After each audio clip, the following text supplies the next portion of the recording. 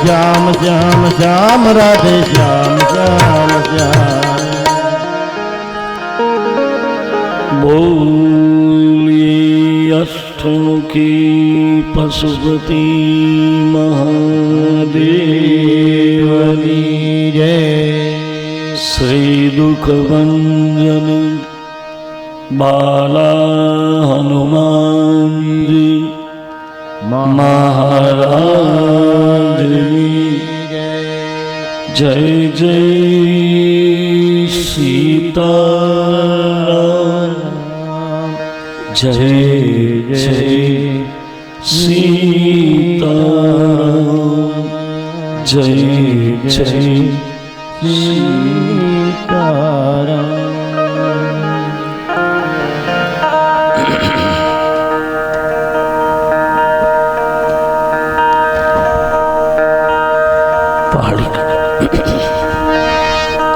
અવાજ આપશે.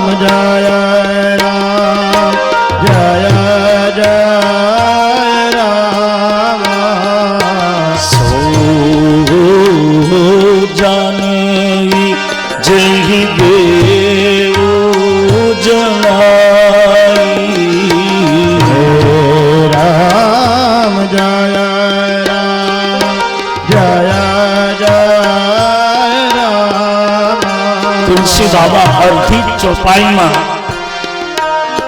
ગીતાનો ન્યાય ઉતારે છે. જે શબ્દ ગીતામાં બોલાયો એ જ શબ્દ અહીંયા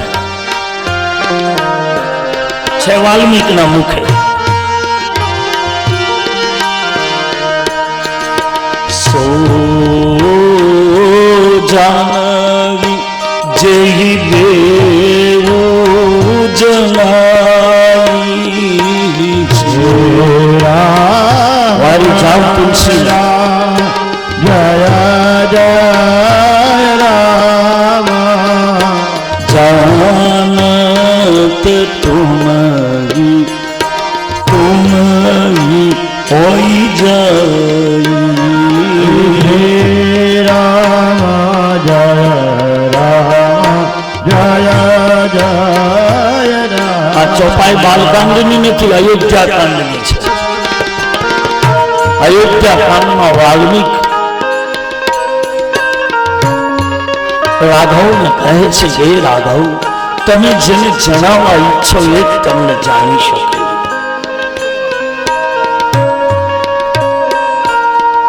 તમે જેને જણાવો એ જાણી શકે।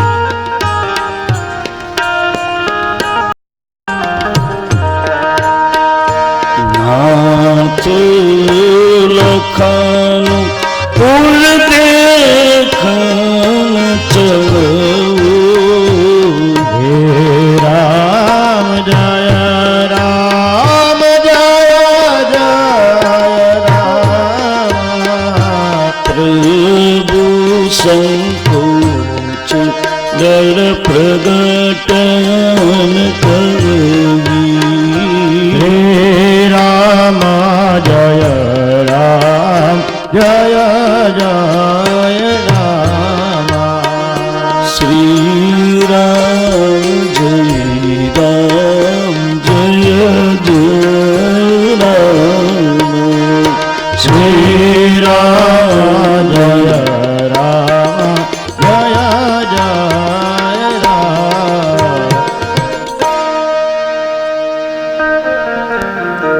बोलिए हनुमान जी महाराज।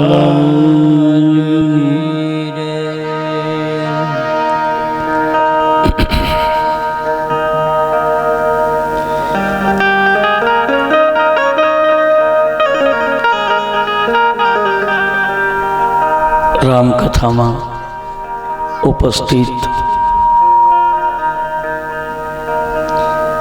સૌ શ્રોતા ભાઈ બહેનો અને બહાર ગામથી પધારેલા મહેમાન મહાનુભાવો, આપ સૌને વ્યાસપીઠથી મારા પ્રણામ અને જય સિયારામ।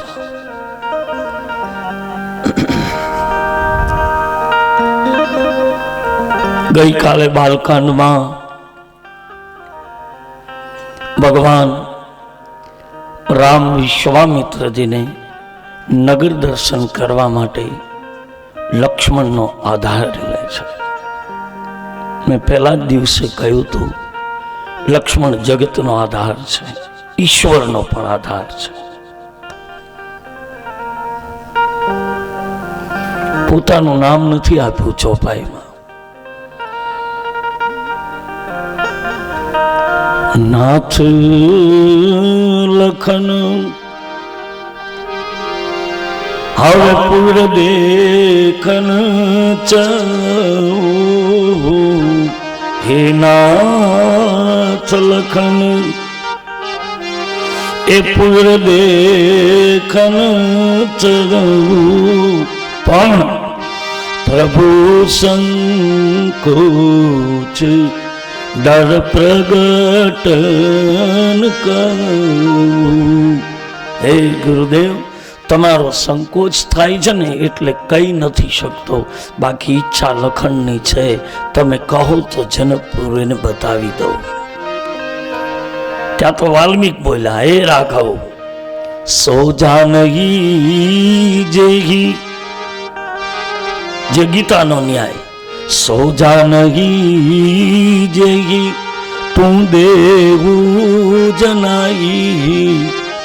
नका इत जानत तुम ही होई जाई। हे हरि તું જેને જણાવવા ઈચ્છે એ તને જાણી શકે, અને તને જાણી ગયો એ તો તારો થયો। અને રામાયણમાં રામે 3 જણાને પોતાના કહ્યા છે, બધા પોતાના નથી હોતા। શ્રી કૃષ્ણએ ભાગવતજીમાં પોતાના 3 કહ્યા છે, ત્રિસત્ય। એક શ્રી કૃષ્ણ કહે છે, નંદ બાબા તમે મારા છો. માં યશોદા હું ગમે ત્યાં રહીશ તો મારી છો. નહીતર ક્યાં આપણી માય નથી રહેતી. આપણી ક્યાં રહીએ છે? મારા પોતાના છો તમે. આવો કૃષ્ણ કહે છે. અને ત્રીજા કોઈ ન કયા, પગે લંગડો એનો મિત્ર હતો મનસુખો. એ મનસુખા તું મારો છે. રામાયણમાં ભગવાન અંગદને વાલીના દીકરાને એમ કહે તું મારો છે. અરે દુશ્મનના ભાઈ વિભીષણને એમ કહે કે તું મારો છે.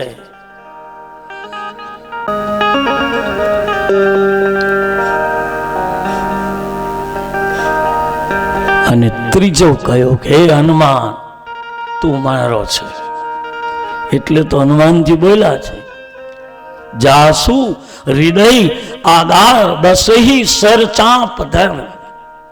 હે રાઘવ મારા હૃદયમાં આપ વસો, મારા હૃદયમાં આપ રહો. સો જાનઈ જઈ દેવું જનાઈ. સો જાનઈ જઈ દેવું જનાઈ.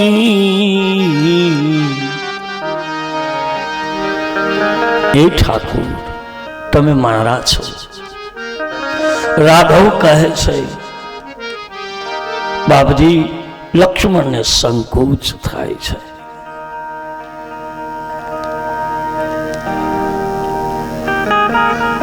આજ વિશ્વામિત્રે કહ્યું જાઓ રાઘવ જનકપુરને. રામજી જનકપુર જોવા નથી આવ્યા. બંને પ્રસંગ તમે લઈ લો. શ્રી કૃષ્ણ મથુરા જાય અને અહીંયા રામ જનકપુરમાં જાય. હવે બંનેને હું જોડું ગુરુ કૃપાથી. કેટલું અંતર. પ્રસંગ એક અહીંયા રામાયણમાં, ત્યાં ભાગવતજીમાં.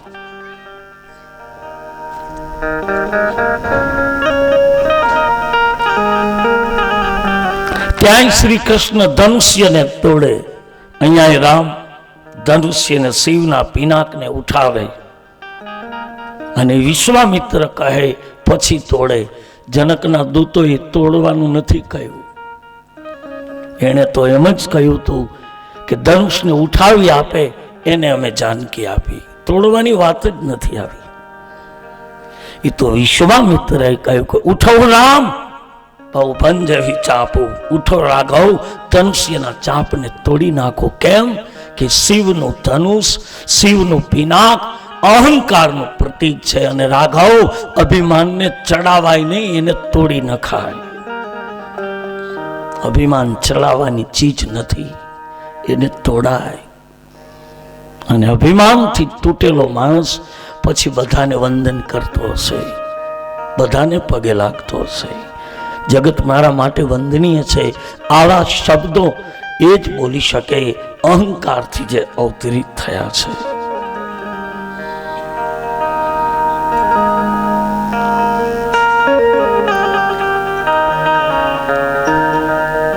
ભગવાન રામ જનકપુરમાં પ્રવેશ કરે છે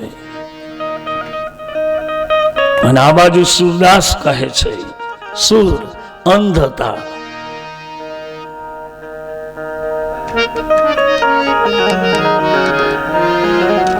जब देखी ब्रज बान जगी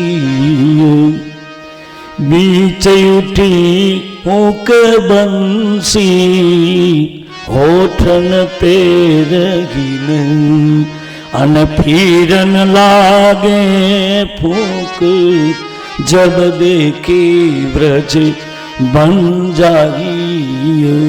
સુરદાસ કે કૃષ્ણ તારા ઓઠ ઉપર મોરલી તો છે, પણ તારી ફૂંક લાગે તો વાગે.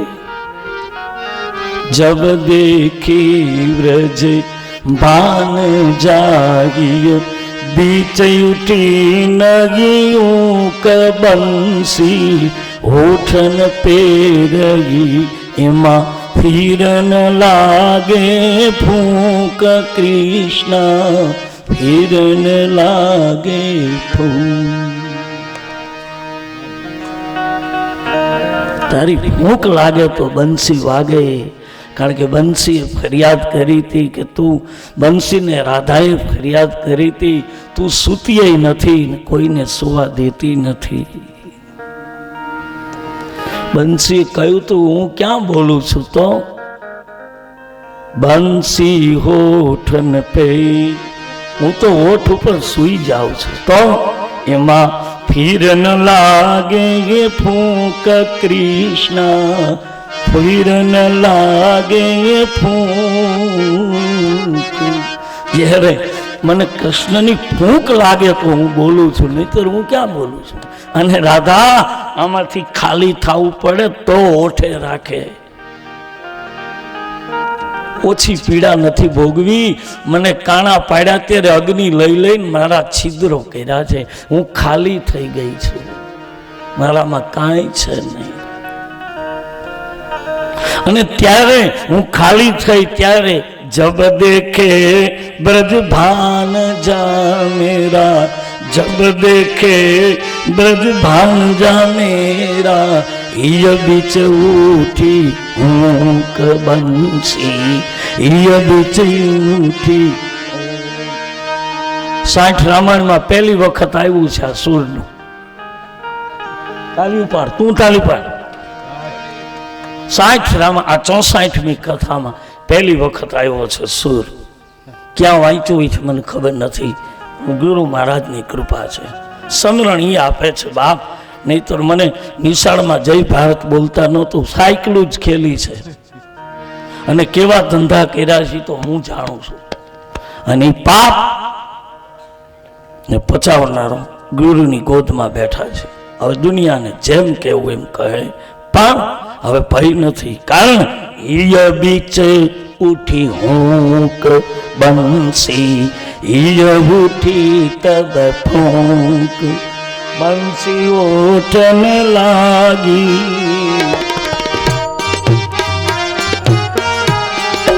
આ સુરદાસનું છે.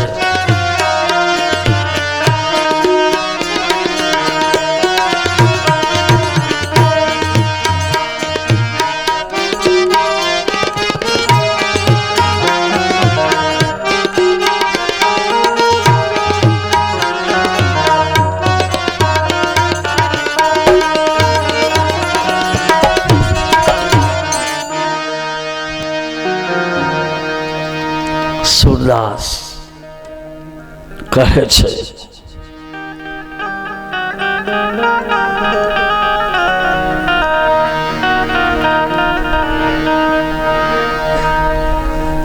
કે બંસી તું સૂતી નથી, કોઈને સુવા દેતી નથી. બંસી કહે મેં બહુ તપી છું, મને અગ્નિ લઈ, હું લાકડાનો કટકો હતો, મને અગ્નિ લઈ મારામાં છિદ્રો પાડ્યા. આપણને એક ટાઢો દે ને, ટાઢો તોય સહન નથી થતું. અને ટાઢો તો નામ એટલા માટે રાખતા કે દર્દી ડરી ન જાય, બી ન જાય. બાકી હોય તો ઊનો કહેવાય ટાઢો, દેતા પહેલા. હવે નથી. બંસી કહે મને અગ્નિથી છિદ્રો પાડ્યા છે, અને મારામાં ક્યાં બીજો સૂર હતો. એ તો કૃષ્ણની આંગળીઓ મારા પગ દબાવે છે, અને એ જ્યારે મારા ચરણ દબાવે એટલે એના ઓઠ ઉપર હું સૂઈ જાઉં છું. પણ છતાંય એ વ્રજવાસીઓ, વ્રજ ભાંજા એમ કહે છે, વ્રજ ભાંજા. જે મહાભારતમાં શબ્દ શકુનીએ ઉઠાવ્યો છે. જ્યારે જ્યારે કાંઈ ઘટના ઘટે ત્યારે શકુની હાથમાં પાસા લઈને ભાંજા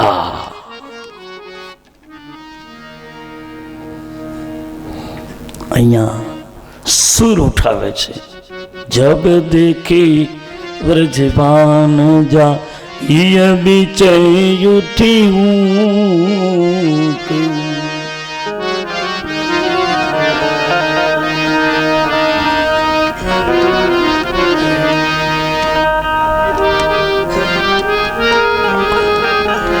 બ્રજવાસીઓને બંસી ઉત્તર આપે સુરના મુખે.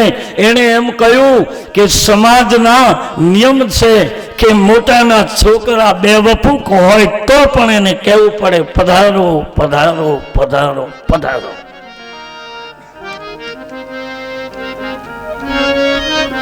બંસી કહ્યું એવી નથી.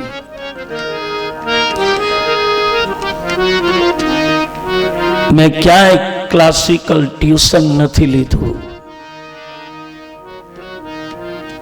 મને તો કૃષ્ણની ફૂંક બોલાવે છે. એ જ કૃષ્ણ મથુરામાં આવે અને અહીંયા રામ જનકપુરમાં આવે. અહીંયા રામ પણ ધનુષ્યના ચાપને ચડાવે. વિશ્વામિત્રજીના કહેવાથી ઉઠો રામ બંદેવ ભવ ચાપા એના ટુકડા કરે અને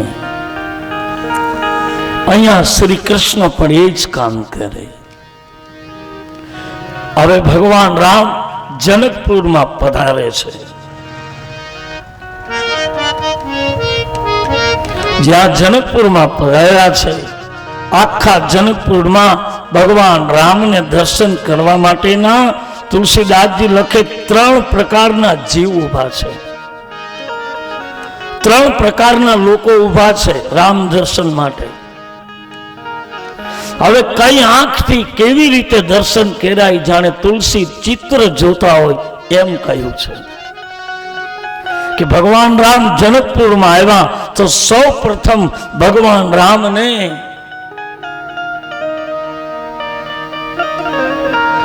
જનકપુરના નાના નાના બાળકોએ રામની આંગળી પકડી અને રામને જનકપુરમાં ગલી ગલી અને દુકાને દુકાન બતાવે છે.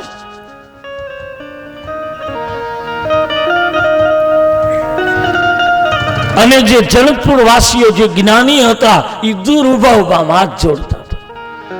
તુલસી કહે જેને જ્ઞાન હશે, જ્ઞાનનો અહંકાર હશે કે મને કંઈક આવડી ગયું છે, હું કંઈક છું, આવો અહંકારને જેને ભરપૂર હશે જ્ઞાનથી એ રામને જોઈ શકશે પણ પગે નહીં લાગી શકે દૂરથી. બાળક નિખાલસ છે એટલે રામની આંગળી પકડી લીધી. એ રામની આંગળી પકડીને ગલી ગલીમાં રામને ફેરવે અને અહીંયા જ્ઞાની પુરુષો દૂરથી રામને જોવે, દર્શન કર્યા. અને ત્રીજી જનકપુરની મહિલાઓ દર્શન કરે છે પણ જ્ઞાની અને મર્યાદાનો પ્રદેશ છે એટલે દર્શન કર્યા પણ બધી સ્ત્રીઓ અટારી ઉપર છે, પુરુષો નીચે. પુરુષ એટલે જ્ઞાન, સ્ત્રી એટલે ભક્તિ ઉપર છે. અને ઉપરથી બધા દર્શન કરે છે. અને રામાયણમાં લખ્યું છે કે જે આવેલી મહિલાઓએ જે અટારી ઉપરથી રામના દર્શન કર્યા ત્યારે રામ કેવા દેખાયા એની તુલસીદાસજીએ નોંધ લખી. બહાર કરો.